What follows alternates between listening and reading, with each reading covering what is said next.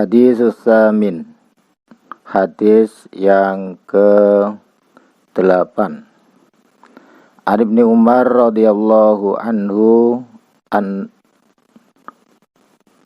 anna Rasulullah sallallahu alaihi wasallam qala umirtu an uqatilan nasa hatta yashhadu alla ilaha illallah wa anna Muhammadar Rasulullah wa yuqimus salata wa yu'tuz zakata fa idza fa'alu dzalika asamu minni dima'uhum wa amwalahum illa bihaqqil Islam wa hisabuhum 'ala Allah ta'ala. Rawahul Bukhari wa Muslim. Hadis ini perawinya banyak. Sebenarnya bukan, ini saya terjemahkan dulu, bahwa qala Rasulullah umirtu an uqatilan nas.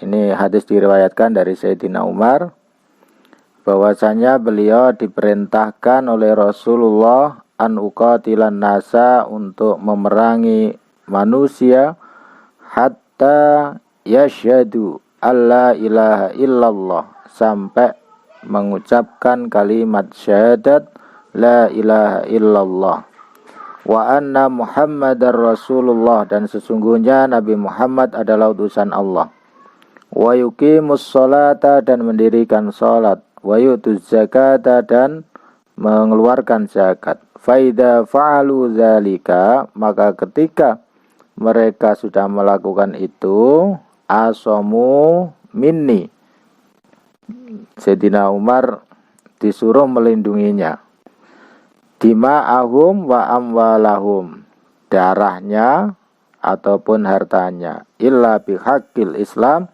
kecuali atas hak ajaran Islam, wa hisabuhum 'ala Allah ta'ala, dan sisanya nanti hisabnya terserah Allah Subhanahu wa ta'ala. Rawahu al-Bukhari wa Muslim, yaitu Imam Bukhari dan Imam Muslim. Hadis ini sebenarnya banyak ya yang meriwayatkan, bukan hanya Sayyidina Umar. Misalnya kalau dalam kitab Jami'ul Ulum wal Hikami, itu ada riwayat dari Anasin, dari sahabat Anas, anin Nabi sallallahu alaihi wasallam, umirtu, qala Rasulullah, bahwasanya Rasulullah bersabda, umirtu an uqatilan nasa hatta yashhadu alla ilaha illallah wa anna Muhammadan abduhu wa rasuluh, fa idza syahidu alla ilaha illallah wa anna Muhammadar Rasulullah wa sallu salatana wastaqbalu qiblatana wa akalu dabihatana faqad harumat alaina dima'uhum wa amwaluhum illa bihaqqiha. Hadis dari sahabat Anas, Rasulullah bersabda bahwasannya aku diutus untuk memerangi manusia sampai mereka bersyahadat, mengakui bahwa tidak ada Tuhan yang berhak disembah kecuali Allah Subhanahu wa ta'ala. Kalau kalimat la ilaha illallah ini diperdalam memang perlu waktu lumayan panjang, tapi kira-kira tidak boleh ada ketundukan yang berlebihan kecuali kepada Allah Subhanahu wa ta'ala. Wa anna Muhammadan abduhu wa rasuluh, dan sungguhnya Nabi Muhammad adalah hambanya Allah sekaligus sebagai utusannya Allah Subhanahu wa ta'ala. Fa idza syahidu alla ilaha illallah wa anna Muhammadar Rasulullah, dan mereka ketika sudah bersyahadat tauhid, syahadat Rasul, wa sallu salatana, dan mengikuti salat seperti salatnya kita, wastaqbalu qiblatana, dan menghadap kiblat seperti kiblat kita, wa akalu dabihatana, dan memakan hewan potongan kita, artinya halal, faqad harumat, maka dipelihara, diharamkan, dijaga, alina, di antara kita, dima'uhum, darahnya mereka, wa amwaluhum, dan hartanya mereka, illa bihaqqiha, kecuali dengan atas hak hukum Islam. Begitu juga dari hadis yang serupa dari Mu'ad bin Jabal. Innama umirtu an uqatilan nasa hatta yuqimus shalah wa yutuz zakah wa yashhadu an la ilaha illallah wahdahu la syarikalah wa anna Muhammadan abduhu wa rasuluh fa idza fa'alu dzalika faqad asamu wa asamu dima'ahum wa amwalahum illa bihaqqiha wa hisabuhum 'ala Allahi azza wa jal. Dari sahabat Anas juga meriwayatkan kurang lebih sama, umirtu an uqatilan nasa hatta yaqulu la ilaha illallah faman qala la ilaha illallah asama minni ma lahu wa nafsahu illa bihaqqi wa hisabu 'ala Allah azza wa jal. Nah, menariknya di antara hadis-hadis ini kurang lebih sama, tapi mu'allif Imam Nawawi di dalam kitab Arba'in Nawawi ini justru yang dikutip adalah hadis yang dari Sayyidina Umar. Kita tahu bahwa Sayyidina Umar ini masuk Islamnya juga sebelum masuk Islam beliau ini agak preman ya. Jadi agak disegani terhadap preman. Dan hadis ini tentu saja kalau kita melihat lafadznya ada uqatilan nas, berarti itu kira-kira setelah hijrah kali ya. Karena sebelum hijrah itu hampir Sayyidina Umar pun tidak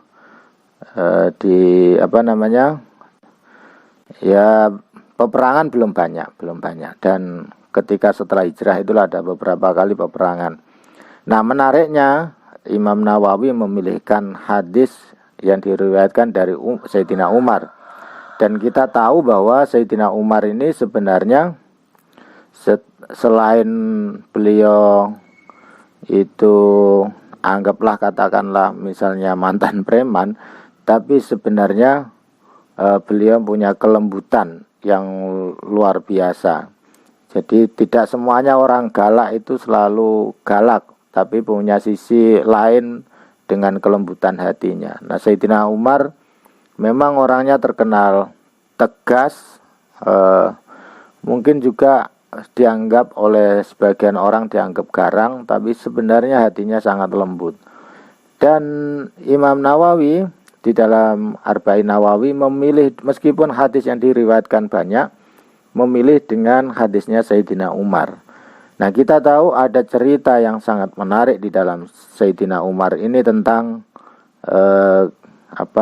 ketegasannya di dalam menegakkan hukum. Misalnya waktu beliau menjabat sebagai khalifah. Ini cerita yang sudah sangat-sangat populer dan sangat terkenal, bahwa saat beliau menjadi khalifah itu di Mesir sana yang jadi gubernurnya adalah Amr bin As.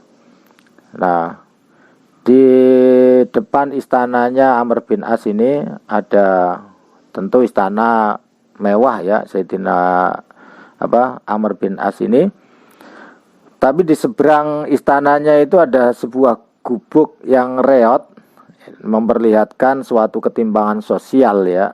Tentu saja kalau dilihat oleh orang lain mungkin menjadi pemandangan yang tidak pas.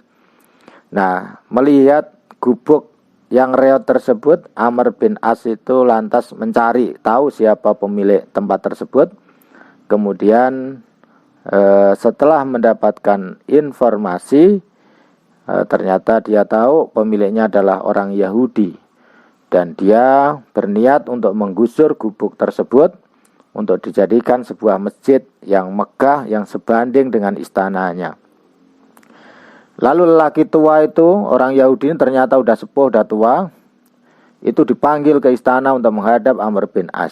Ini cerita yang sangat populer di tengah masyarakat, dan faktanya memang seperti itu.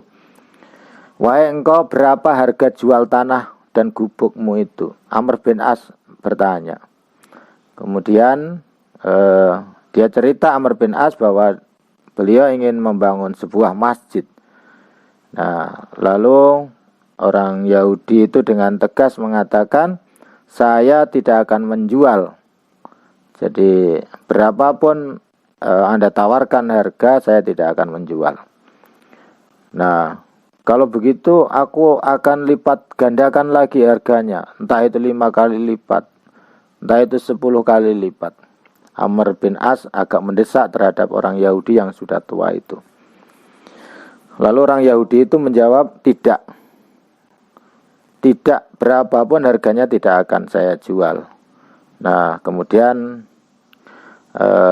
seorang Yahudi tetap bersikukuh, dia tidak mau menjual gubuk dan tanahnya, apapun atas rayuan dan harga berapapun. Lalu beliau balik ke rumah, mungkin sedang tiduran atau apa. Ternyata Amr bin As ini menyuruh bala tentaranya untuk merobohkan rumah itu dan akan dibangun masjid, karena penguasa jadi orang tua tidak berdaya untuk melakukan apa-apa.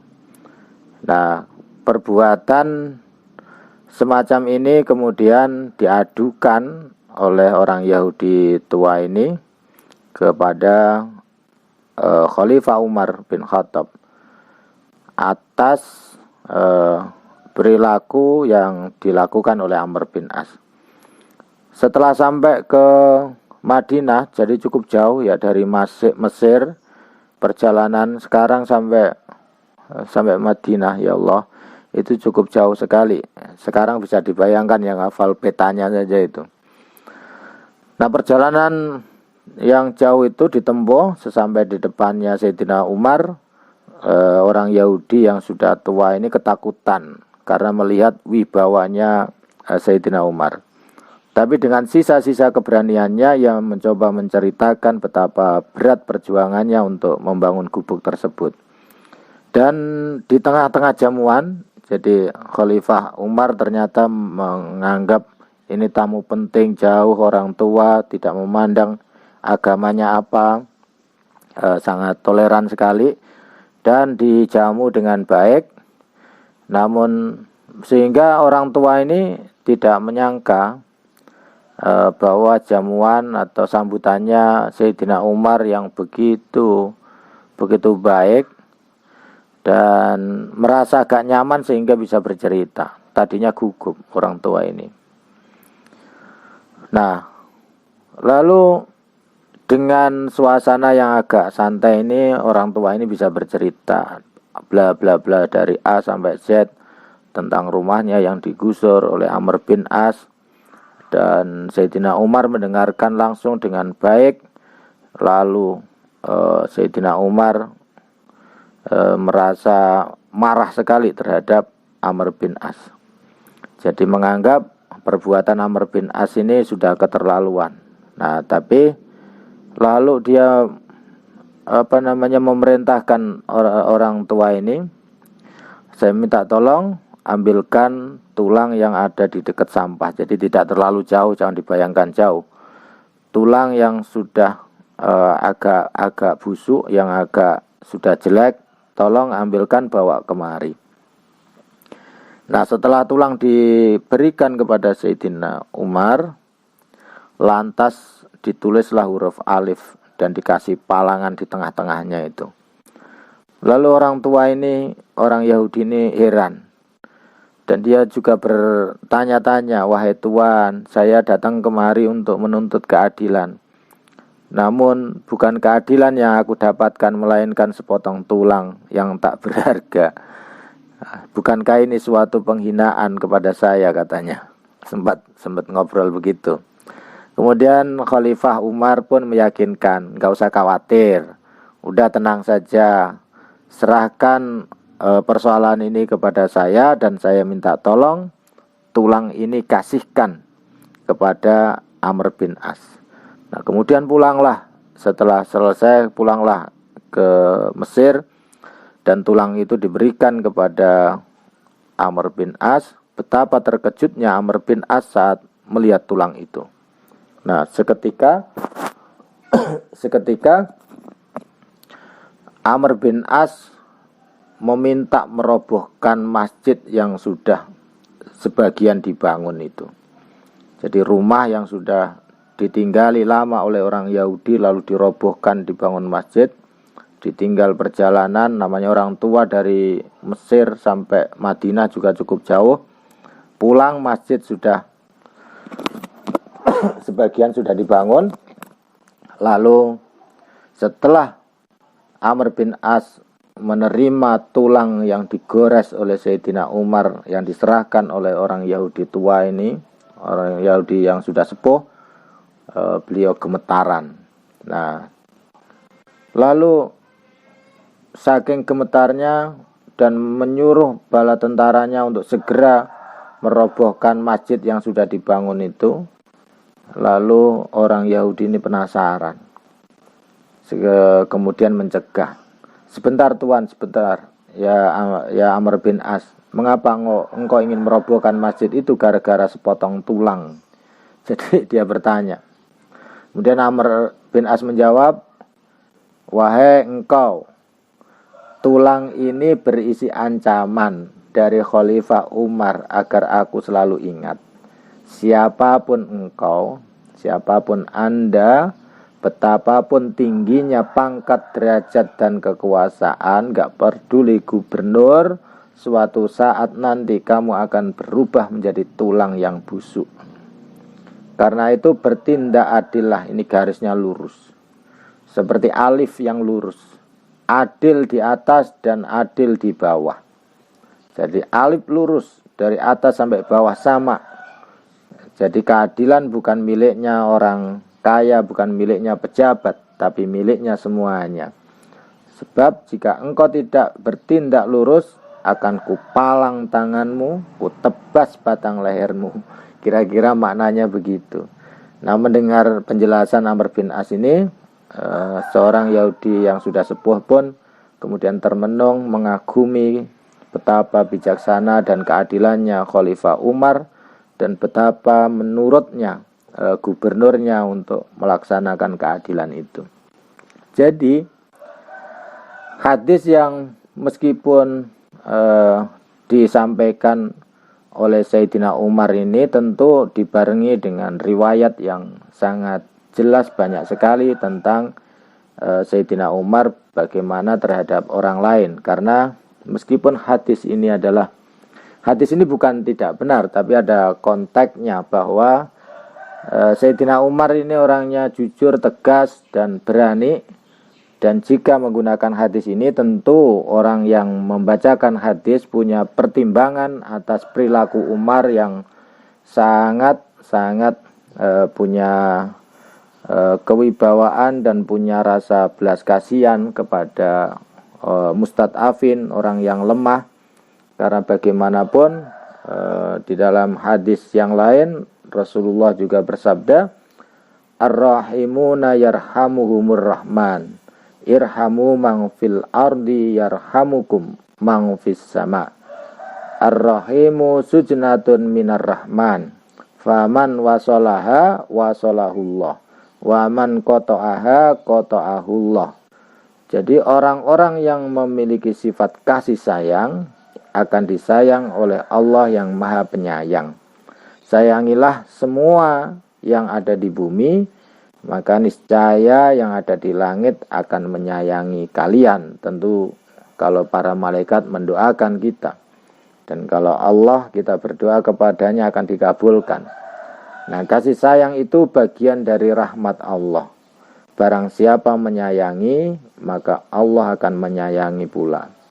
Siapa yang memutus rasa kasih sayang kepada siapapun, Allah juga akan memutuskannya. Nah, hadis terkait dengan umirtu an uqatilan nas hatta yasyhadu alla ilaha illallah, ini dari beberapa pensyarah hadis ini dikeluarkan oleh Sayyidina Umar saat setelah Rasulullah wafat, lalu dipimpin oleh Sayyidina Abu Bakar. Nah, ketika dipimpin oleh Sayyidina Abu Bakar inilah kemudian Sayyidina Abu Bakar. Hadis ini oleh Ibnu Daqiq Al-Aidi dan juga oleh para pensyarah hadis-hadis Arba'in Nawawi ini, bahkan juga banyak ulama menyepakati bahwasanya hadis ini diceritakan sesuai dengan dasar sejarah, dikala Rasulullah setelah meninggal, kemudian Abu Bakar memimpin jadi khalifah, ternyata ada sebagian orang Arab yang sudah masuk Islam kemudian menjadi kafir. Kemudian Abu Bakar bertekad untuk memerangi mereka, sekalipun sebenarnya tidak semuanya menjadi kafir, hanya menolak membayar zakat. Nah, para jamaah sekalian, mungkin juga ada yang ngefan terhadap Ibnu Bas. Jadi bahwa di dalam beliau juga membuat tafsir sarah dari Arba'in Nawawi ini yang terkait dengan hadis umirtu an uqatilan nas hatta yaqulu la ilaha illallah faman qala faqad asama minni ma lahu wa nafsahu illa bihaqqi wa hisabi illallah. Hadis yang diriwayatkan ini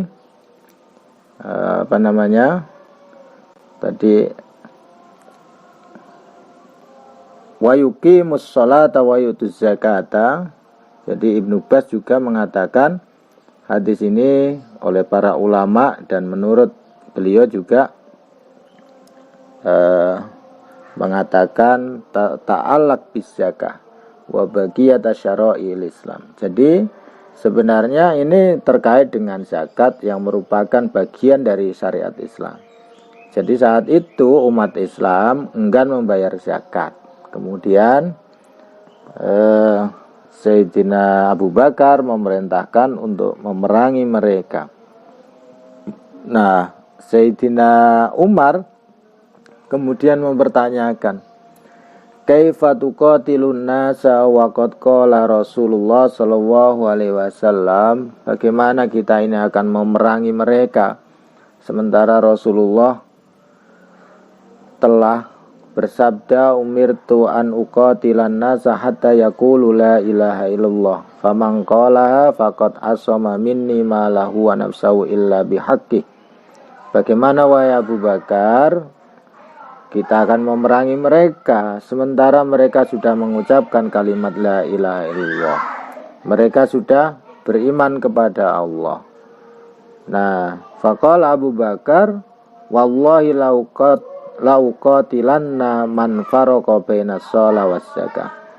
Demi Allah saya akan memerangi, mengingatkan. Jadi qatala ini tidak selamanya artinya perang ya.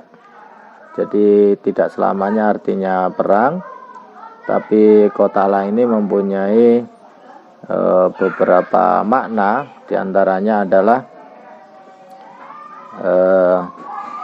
qatalan nafas, berarti bisa juga mengingatkan nafsunya atau membunuh nafsunya. Jadi qatala nafs itu tidak harus selalu membunuh qatala syakhsin, membunuh seseorang. Juga qatala ini bisa juga diartikan dengan beberapa, misalnya saya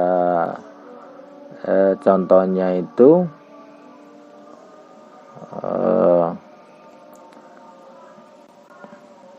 qatalahullah misalnya ya. Itu kalau di dalam kamus Mu'jam artinya adalah la'anahu kutilal insanu ma akfaroh. Jadi artinya qatala la'anahu. Jadi artinya adalah melaknat, juga bisa seperti itu. Ada juga qatalahullah artinya di dalam Mu'jam, kitab Mu'jam adallahu la'anahu, artinya menghinakan. Menghinakan. Kemudian qatalallahu fulanan dafa'a syarrahu, diberikan kejelekan. Nah,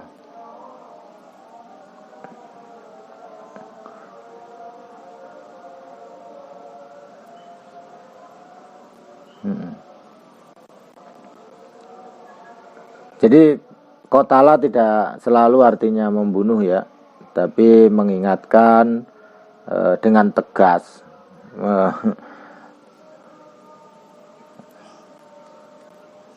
tidak hanya membunuh. Jamaah sekalian yang semoga selalu dirahmati Allah Subhanahu wa taala, bahwa hadis tentang ini termasuk Ibnu Bas mengatakan terkait dengan zakat. Nah, Sayyidina Umar sendiri juga termasuk orang yang punya belas kasih yang sangat tinggi dan tahu betul ayat Al-Quran, la ikraha fiddin, tidak ada paksaan di dalam agama. Maka memaknai hadis ini harus cukup dengan hati-hati, jangan sampai hanya mengikuti terjemahan letterleknya saja, sehingga para pendengarnya, para jamaahnya maksudnya, itu nanti menjadi orang yang seolah-olah hadis ini menjadi hadis yang paling harus diikuti. Jadi uqatilan nas hatta yasyhadu alla ilaha illallah. Padahal lafadz uqatilan itu, uqatila bisa menyadarkan, bisa mengingatkan, bisa mencerdaskan, bisa juga artinya seperti yang saya tafsirkan tadi oleh para mufasir atau pensyarah kitab hadis, diantaranya Ibnu Daqiq Al-Aidi dan juga Ibnu Bas, mengatakan hadis ini lebih condong terkait menerangkan tentang zakat. Padahal ini udah saat itu, apalagi kalau sekarang. Karena perang sendiri hari ini bukan berarti perang fisik itu yang populer, sudah nggak populer sekali perang fisik itu. Bahkan dibenci oleh semua orang. Maka kalau pengen perang berarti perang secara keilmuan, penelitian, saling penelitian, jadi saling membantu. Jadi lebih baik berkompetisi di dalam kebaikan antar umat, antar golongan, tanpa harus membenci. Kalau di kaidah atau prinsip hidupnya orang Jawa itu ada istilah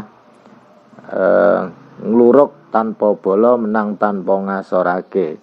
Kalau kita melawan musuh tidak harus pakai bala tentara. Dan kalaupun sudah menang, tidak perlu kita menghinakan. Nah, ini saya kira penting untuk bisa menjadi pilihan gaya prinsip di dalam kita berkomunikasi. Nah, jelas sekali Islam diturunkan untuk rahmat alam semesta. Agama Islam tidak boleh dipaksakan kepada siapapun. Ini Quran jelas. Dan Sayyidina Umar juga orang yang sangat punya belas kasihan kepada siapapun, termasuk dalam riwayat menyayangi orang Yahudi yang sudah tua itu, sudah sepuh, dengan ketegasannya melawan internal atau gubernurnya. Nah, hadis umirtu an uqatilan nas hatta yaqulu la ilaha illallah ini lebih kepada internal umat Islam, bukan eksternal. Artinya apa? Bahwa ini diterapkan oleh Sayyidina Abu Bakar untuk melawan orang yang sudah Islam, untuk diingatkan kembali, untuk bertauhid, untuk membayar zakat, menunaikan ibadah sholat dan lain sebagainya. Saya kira itu semoga bermanfaat. Jadi sekali lagi bahwa ini hadis bukan hadis yang fundamental bagi siapapun. Yang fundamental itu penting, tetapi bukan berarti radikal. Radikal penting, bukan berarti harus. Kalau radikal artinya adalah mempunyai makna yang mendalam, bukan keonaran. Nah, itu saya kira dibedakan. Nah, memahami Islam secara mendalam itu baik, tapi jangan sampai membuat ngebom dan lain sebagainya, mentang-mentang ada hadis ini kemudian uqatilan nas hatta yashhadu alla ilaha illallah, kemudian cara menerapkannya dengan cara yang tidak benar, maka cara yang salah itu akan bisa menyimpulkan hasil yang salah juga. Maka tujuan yang baik untuk mengajak kebaikan, bertauhid kepada Allah, cari jalanlah, tempuh dengan jalan kebaikan pula. Saya kira itu hadis ini sekali lagi jangan disampaikan hanya apa adanya tanpa dikasih imbangan hadis-hadis yang lain, karena sesungguhnya menjadi umat Islam sudah jelas sekali bahwasanya menjadi Islam itu al-muslimu man salimal muslimuna min lisanihi wa yadihi wal muhajiru man hajara manahallahu anhu. Sebagai orang muslim, orang Islam, yaitu orang cirinya orang yang bisa memberikan keselamatan, bisa menanggung keselamatannya orang-orang Islam, baik dari kata-katanya atau dari kekerasan tangannya. Sedangkan orang yang hijrah, orang wal muhajiru, orang yang hijrah, man hajara manahallahu anhu, yaitu orang yang mampu mencegah dari apa yang dilarang oleh Allah Subhanahu wa taala. Jadi bukan hijrah artinya mengajak perang, tidak, tapi hijrah adalah menjauhi apa yang dilarang oleh Allah Subhanahu wa taala.